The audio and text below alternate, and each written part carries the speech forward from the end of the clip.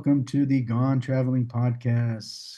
We are looking at the BKT EuroCup. This is episode 5 of the 24-25 season, and we're looking at round 4. With me, as always, is Marco Munno, communication specialist and collaborator with Sky Sport Italia and La Giornale Tatipo.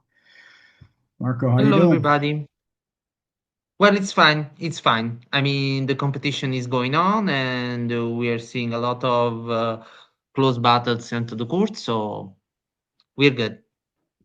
Yeah, we still have 2 undefeated teams. That being Bahcesehir in Group A and Bourg in Group B.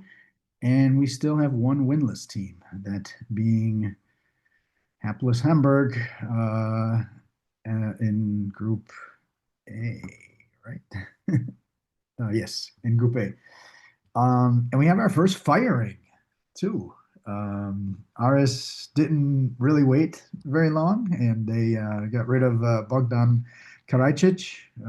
They started the Euro Cup at 2-0, and then lost back-to-back games to Cedevita and Manresa, and also are 0-3 in the domestic league, losing to not really big names, Karditsas, Colossus Rodos, and Marusi. And Aris has pulled the plug. They haven't announced a new head coach as of recording. What do you think about the firing of Bogdan Karaicic? Well, when you got big expectation, when you got high hopes for the season, you don't want to wait so long. So I think that's what happened with Aris. I mean, they had some defeats, and then they wanted to shift the season very early. I don't think this is necessarily a bad approach. It seems like the decision is made on a rush, but I think if you wanted to shift the season, maybe trying to do it earlier than after.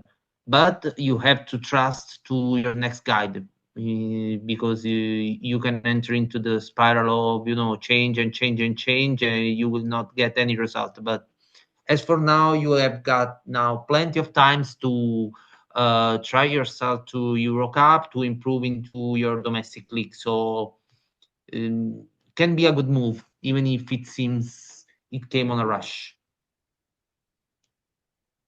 I'm kind of surprised. Um, okay, losing those 3 games, I think probably in the league, probably was worse. That really did him in. But he was a guy that had worked with what's his name, Obradovic, for the last 4 seasons at Partizan, and you bring him in, you kind of make a splash, you kind of make open some eyes just by doing that, and then to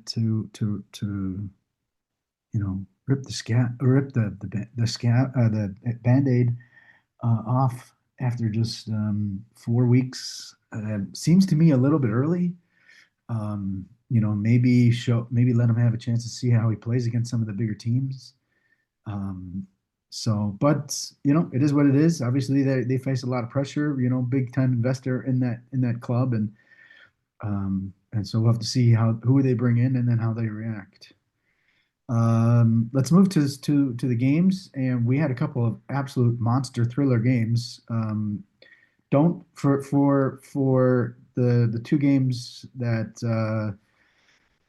for the first game that Marco was going to talk about, and then the game that the player that he's going to talk about, you know, do yourself a favor and at least go back and watch the second half and plus overtime of the other game. And don't just watch the highlights, but go back and actually watch the second half, at least of those games. Definitely worth it. First one you want to talk about was the showdown in Group A of between Besiktas and Ulm. Ulm had been undefeated, and And yeah, Besiktas were down by 14 points after three quarters, and then boom. So what do you want to talk about with Ulm and Besiktas? A Well, 99 victory for Besiktas in Germany. well, we said before, like there are less team undefeated than the previous round because Ulm at the end lost in a game that was one of the best games of the EuroCup. As for now, um, I think Besiktas showed how much it can be dangerous on the offensive side. I mean, even if in a small quarter. At the beginning, the Ulm attack continues to be effective as it was until now. Even this game is has high points scored by both teams, and I think Besiktas at the end was really into the game, was really gaining momentum. They got momentum going into the game after the first defeat, and they went like punch for punch. And Jensen scored for Ulm, and then you got the perfect finish for a basketball game. So it was like Brown. We already mentioned him like one of the players to watch into this whole competition, and they won with a 3 point in a thriller fashion. So I think Besiktas showed how much they can be dangerous, even if the shots weren't falling at the beginning of the game, the 3 point shots. But then they won with a 3 point shot. They got a good contribution from Kamagate, from Zizic, from the paint, and then at the end they won on the road, and they really made a kind of statement on this EuroCup because Ulm, as for now, was one of the best team. Not only because they never lost as for now, but Besiktas seem to be on their level and even above into this crazy finish. Ledlum wasn't enough that we talk about. We talk about Ledlum on the previous podcast, and he wasn't enough because I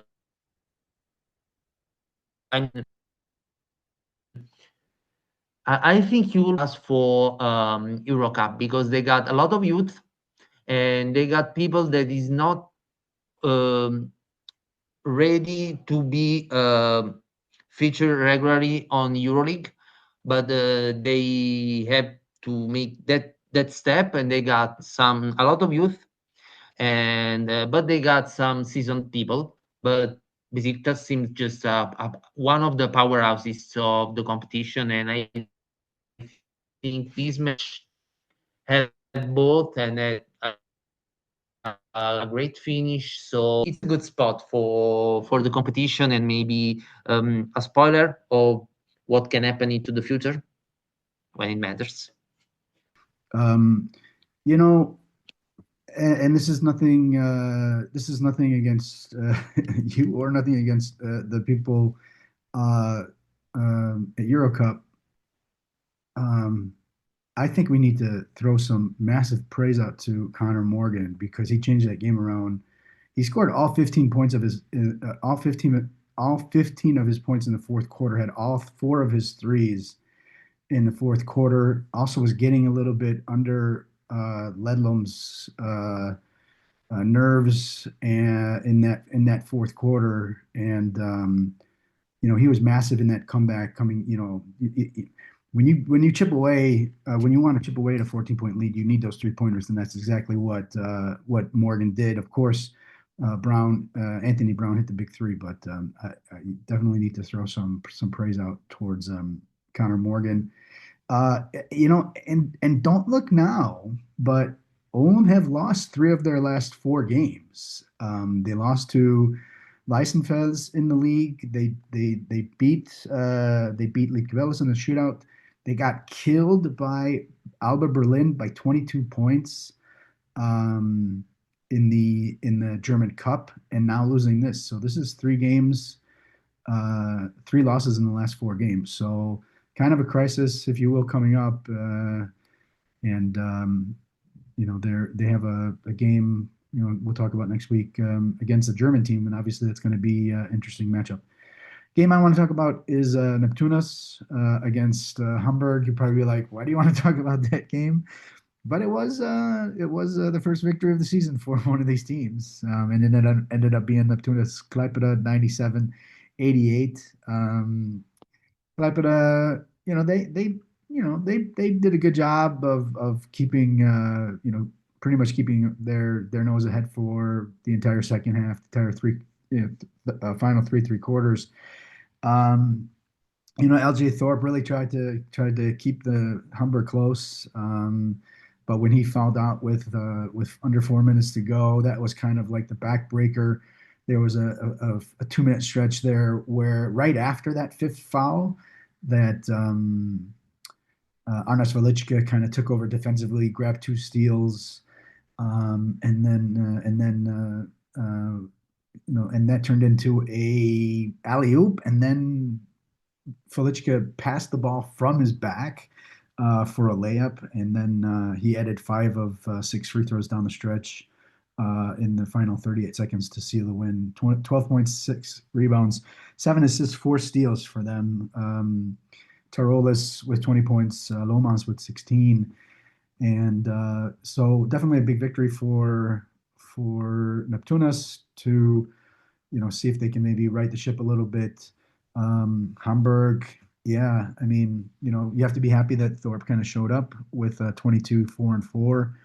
And I really like what Zachary Perrin is doing in his first professional season outside of France. He had 8 and 11, but did foul out.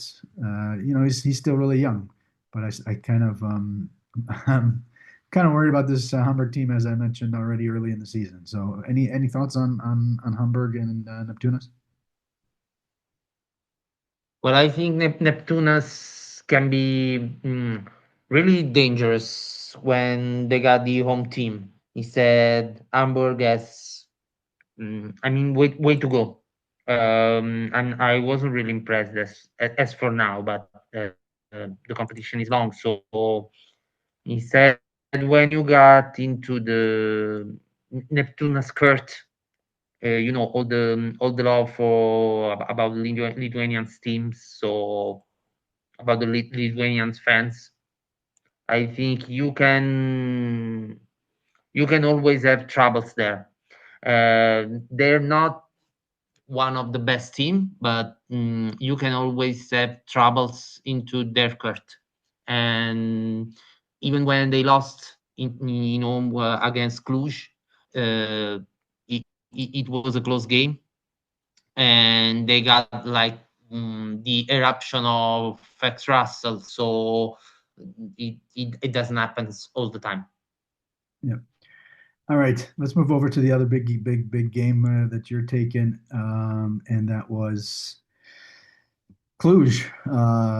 Absolutely crazy game. Cluj winning at home 103-102 in overtime against Oman Ryer. Venice, that giving Cluj a 2-2 record, dropping Ryer down to 1-3. So what do you have on and the player you want to talk about is Iverson Molinar. Yeah, that one was a close game, and there were some occasions for both teams to win it before the overtime, on the overtime, and I think in Venice we had Parks and Cole who who had a great game, and when you're thinking about Cluj, you're thinking about Fat Russell. But if I doubt, so Cluj to win needed another player to step up, and it was like Iverson Molinar. As Alan Iverson, because the name was named after the legendary players. It seems like basketball is on his veins. And Molnar had free throws to um, end regulation at 89 to 89, and he was really cold-blooded in there because when the game is on the line, it's not really easy to shoot free throws and to score them. Then the game went to overtime, and into the overtime, he scored 6 points, and he also had another time 2-on-2 on free throws to win the game. So the game ends 103 to 102, and he scored the last 2 points. He scored also uh, another two buckets. So he really was instrumental for the win for Cluj, and he stepped up when Fat Russell wasn't on the court. So for a win that can be pivotal for Cluj, he was really the man when it was needed the most. Yeah, I think what you just said was probably the most important. I mean, Fats Russell had fouled out, and Molinar kind of taking over and winning this game. Um, has to be a good feeling for that club, knowing that he's there. Um, to even now, if Russell was on the court, I mean, Russell watching that then at the end, knowing he can't do anything, but watching Molinar come through, that's going to also give him more trust in Molinar. This is still a team that's coming together. Neither of those guys played together this year, so before this year, so it's good for them to see this kind of impact. I wanted to, Molinar's a guy that I'm really interested in anyhow because he's from Panama, and he's just the third Panamanian-born player in EuroCup history. Ruben Douglas, Dynamo Moscow won the EuroCup title with in 2006. And then Ruben Garces played at Valencia 2007 and 8, reached the quarterfinals. There is actually another player from the Panama national team, and that is Ricardo Lindo, who plays at Bourg, but he is an American born. So Molinar being one of just three Panamanian born players in EuroCup history. I'm always geeking out at stuff like that. Speaking of Borg, that's where I'm going to go with my player, and that is Will McDowell-White, Australian. He had a pretty big role in Borg's very comfortable victory, 93-65 against Leek Cabelis. Just quickly to the game, it was a 32-16 second quarter, and to kind of put it all away. And Borg is the number one defense in the league. They've only given up 62.3 points per game, and it's not even close with the second team, second best defense. To McDowell-White, he missed the first 2 weeks of the season, both the first two games in France and also the first 2 weeks of the EuroCup season. Came back in round three, had 7 points, 4 rebounds, 3 assists against Paninos. And then in this game, had 11 points, 3 of 3 on threes, 2 rebounds, 5 assists, and 3 steals. In his 2 Pro A games in France, he's averaged 6 points and 6.5 assists. So he's having a big role in that team. And if you think about it, we've already talked about. I think it was last week I talked about Molare, Asema Molare, the Ivory Coast point guard, the young and up-and-coming point guard from Ivory Coast. And then you also have Darius McGee, who is an emerging superstar, who is very interesting in his own right. And now you add a guy like McDowell-White, who's he played in the EuroLeague already. He was back in Bamberg way back in 2017-18 season. and then was in USA G League, etc., and then to New Zealand, and then came back to Germany in last season. Played for Alba Berlin before moving down to Borg. So McDowell-White there as a bigger guy. Also, Mulari is not really necessarily a big. It doesn't really have great size, but McDowell-White has really good size. And then to have him as another playmaker who can also be on the side, hitting the 3 or 4 threes is a pretty big boost there for that team at the offensive end. So there's my guy, Will McDowell-White. And if you don't have anything on him, why don't we just move on to your guy that you want to talk about, kind of your surprise, and that is Kameron McGusty, one of the better names in the in the EuroCup this Mhm. year. Kameron McGusty from London Lions. London took Yeah. down Chemnitz on the road, 68-67 for a 2-2 record. Your thoughts on Mr. McGusty?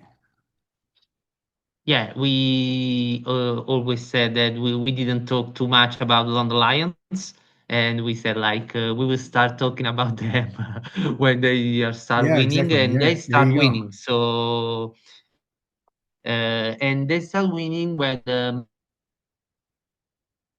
McGusty to the first two games, and then he scored 22 with Trento, and now 20 with Chemnitz. I think McGusty is a guy that is a scorer, but he needs to be on the center of the offense of his team. Uh, Last year, he was really the best scorer in Poland, and he had some eruption. The year before had some troubles in Limoges. He was 9 points a game, so under the big numbers. Instead, the year before he was in the second league in Italy, and there he was the center of the offense. He was like 20 points a game, basically, and it can be his season, at least a season in which he made a jump. And now he doesn't only score into the second win of London Lions, but he scored when it matters because London Lions was really losing when it was like 30 seconds remaining on the shot on the fourth quarter. They were losing by 3 points and 67-64. And then Cameron McGusty happened. He scored to um, let London Lions get close again.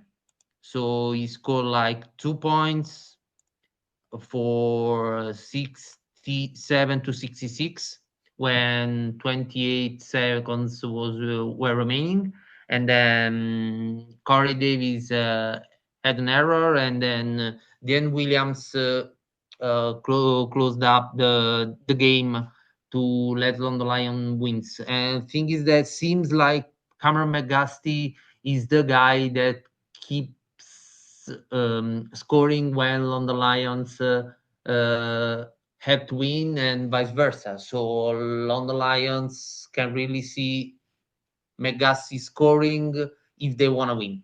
And so they're now like 2-2, and McGusty has 14 as for now in 4 games, but he's got 20 and 22, and it seems like he's on a roll. He's starting to be on a roll, and with him, London Lions as well.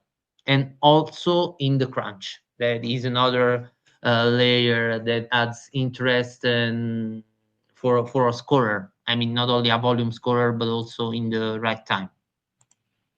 This is a guy that you know, not only the leading scorer in Poland last year, but he helped Liga Warsaw to win their first league championship um, in when was it? I think it was 1969 was the last time that Liga Warsaw won that championship, uh, and he was the MVP of the season too. So, this is not a guy who comes to to come to EuroCup without sort of a resume, whatever. So definitely hats off to McGusty for last year, and maybe this is him sort of seeing an opportunity and maybe taking it and yeah, maybe we'll see some big things from Cameron McGusty this season. My guy is my sort of surprise is Agustin Ubal with Manresa. They beat Aris, who then fired their head coach 86-79 in Greece. And Manresa is now 3-1 in the league in the EuroCup. Ubal had averaged 7 points this season, and he really stepped up in this game. Had 9 straight points in the fourth quarter, 9 straight points for Manresa. And it was he basically helped that build a 13-point lead with 6 minutes left in the game. Tough layups, offensive rebound, putbacks, drives, a couple of big buckets, a 3-pointer, 13 points, 5 of 7 shooting, 2 of 2 threes, 5 rebounds, 3 of those on the offensive end, 2 steals. And now in 3 games, he's averaged or he's had double figures in the last 2 games. This is a guy that came up in the Barcelona system as a youth player. He's only 22, 2003 born. He ended up playing 1 game in the EuroLeague with Barcelona, moved to Rio Breogán in March of the 2022 season, then went to Bilbao, then to Valencia, then to Granada last season. And now he's moved to Manresa, his first chance to get back into the European competition, club competition. And he's also, even at 22, he's also a major, solid contributor for the Uruguay senior national team. So he's had all of these experiences, and now he's just kind of putting it together. And obviously, coach, really trusts him, and it's paying off. This is a big game that he really stepped up late in the game for the team, and just like Molinar, it's another one that you're going to have the other players look at him and do this performance and say, yeah, we can trust him in big moments, even though he's not the oldest of guys. So, Agustin Ubal with Manresa. All right. I know we didn't. One game that we didn't talk about was obviously a matchup of 2 undefeateds, but so I'm going to mention it. That being Bahcesehir beating Cedevita 92-76. Bahcesehir, of course, as we said earlier, did stay undefeated. But we pick our games, and we didn't want to talk about that game, so we're not going to talk about that game. But let's move to round 5 to kind of close this podcast. Round 5. What are some of the big games that you have on your radar? Well, I think Besiktas against Berg is maybe the most important game. We have Besiktas who's got a great momentum. We got Berg who's got a great momentum, and one has to lose. I mean, he's in Turkey, so the home factor can really wait. But we will see if Berg continues his run or Besiktas will follow their momentum. I think that's the most important game of the next round, and also we have to see the reaction of Aris. I mean, they now have a new coach.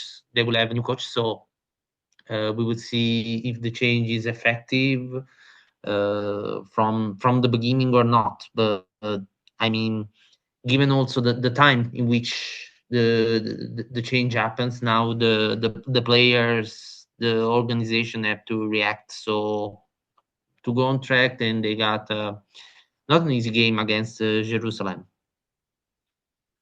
Yeah, for sure. Three other games that I have sort of marked are the German matchup between Chemnitz and Ulm.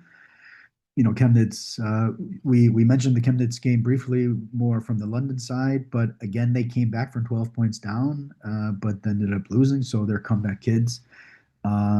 These teams have actually played already in the German league. It was round one back on September 28th, and Ulm ended up winning 94-81.